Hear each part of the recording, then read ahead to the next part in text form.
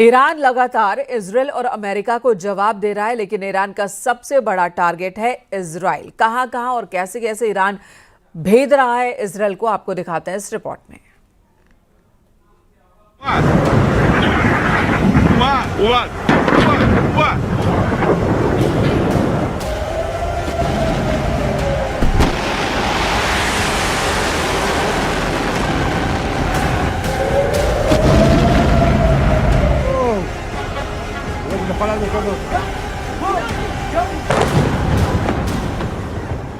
Israel में अगला target कौन है?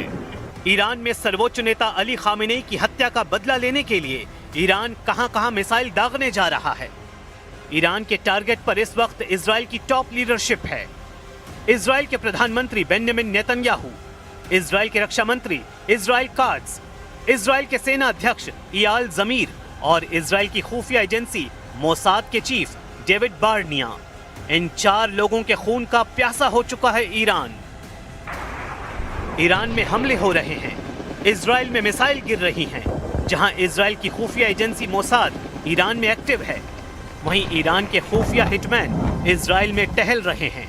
ये बात नेतन्याहू भी बहुत अच्छी तरह जानते हैं और यही वजह है कि इजराइल इस वक्त ईरान का सबसे बड़ा टारगेट बन चुका है।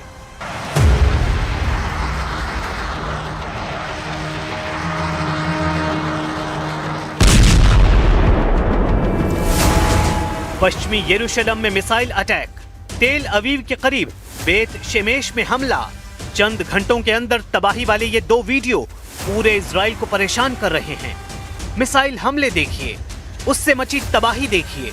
ऐसे हमलों को रोकने में पूरी तरह नाकाम साबित हो रहा है इजराइल। इस वक्त जो है फिर से सायरन बज गई है और लोग जो हैं वो इस वक्त भाग रहे हैं शेल्टर की तरफ। बम शेल्टर जो हैं, जो सेफ शेल्टर से वहां की तरफ जा रहे हैं, तो सायरन्स लगातार बज रही है। उसका मतलब है कि मिसाइल अटैक होने वाला है ईरान की तरफ से या फिर लेबनान की तरफ से। सुन सकते हैं आप। लेकिन नेतन्याहू का हौसला बुलंद है। नेतन्याहू साफ कर चुके हैं कि खामेनेई के बाद जो भी होगा वो मारा जाएगा। इजराइल किसी को नहीं बख्शेगा। אתמול חיסלנו את הרודן חמינאי, יחד איתו חיסלנו עשרות מבכירי משטר הדיכוי. כוחותינו הולמים עכשיו בלב טהרן בעוצמות הולכות וגוברות, וזה רק ילך ויתגבר עוד יותר במהלך הימים הקרובים. ועם זאת, אלה ימים כואבים. אתמול כאן בתל אביב, ועכשיו בבית שמש, איבדנו אנשים יקרים.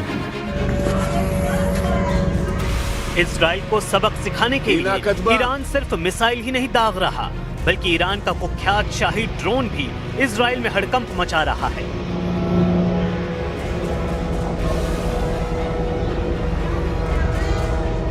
ये वीडियो उत्तरी इजराइल से आया है, जहां ईरान का शाहिद 136 ड्रोन अपनी बदनाम आवाज के साथ तेजी से उड़ रहा है। इजराइल के आसमान में शाहिद ड्रोन के पहुंचने का मतलब है इजराइल का एयर डिफेंस सिस्टम नाकाम साबित हो रहा है।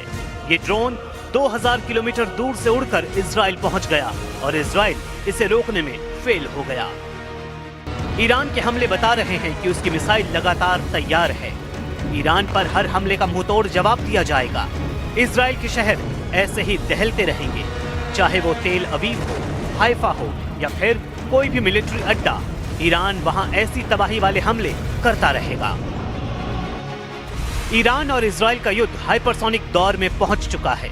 ईरान की हाइपरसोनिक मिसाइलों ने इजराइल में तहलका मचा दिया है। फत्ताह जैसी मिसाइलों का इस्तेमाल तेज हो चुका है और ये इजराइल के लिए बहुत बुरी खबर है। तेल अवीव और हाइफा में हो रहे हमले ईरान की मिसाइल पावर को बार बार साबित कर रहे हैं। नेतन्याहू का मिसाइल डिफेंस या कहें कि ईरान को रोकने वाली सबसे बड़ी फौलादी दीवार अब शीशे में तब्दील हो चुकी है। इस दीवार को ईरान की मिसाइल बार बार चकनाचूर कर रही है।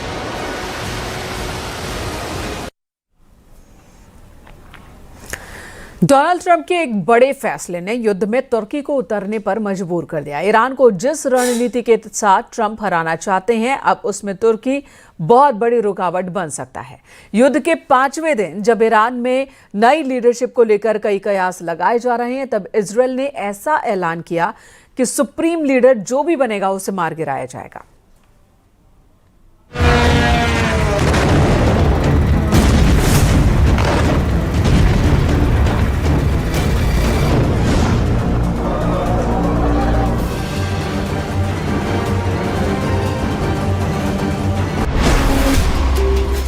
CIA का मिशन इम्पॉसिबल, कुर्द लड़ाकों को विद्रोह का टेंडर।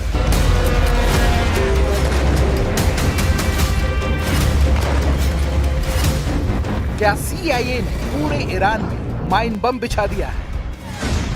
ईरान में सबसे पहले विद्रोह का धमाका कहां हुआ?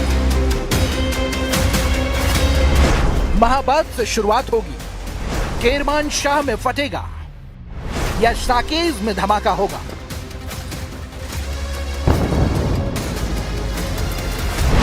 ईरान में विद्रोह की साजिश, कुर्द करेंगे माइन ब्लास्ट। तेहरान की सुबह एक बार फिर धमाके की आवाज से कांप उठी। दक्षिण पूर्वी तेहरान का आसमान हवाई हमलों के बाद धुएं के बड़े गुबार से ढक गया। जंग के 5वें दिन अमेरिका और इजराइल ने फिर तेहरान पर एयर स्ट्राइक की।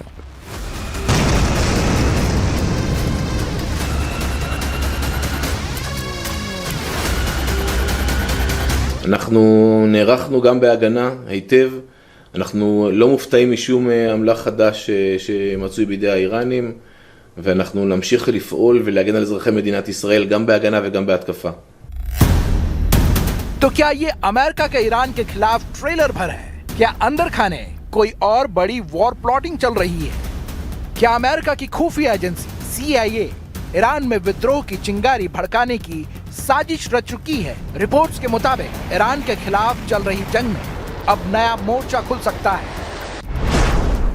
बताया जा रहा है कि अमेरिका की खुफिया एजेंसी CIA ईरान के कुर्द लड़ाकों के साथ सीक्रेट मीटिंग कर रही है।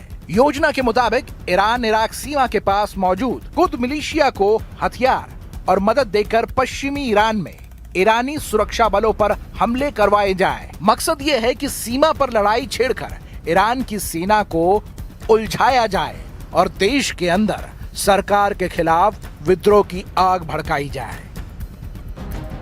लेकिन सवाल ये है कि क्या वॉशिंगटन सिर्फ हवाई हमलों से ईरान को कमजोर करना चाहता है या फिर इसके पीछे कई मोर्चों वाली बड़ी रणनीति काम कर रही है?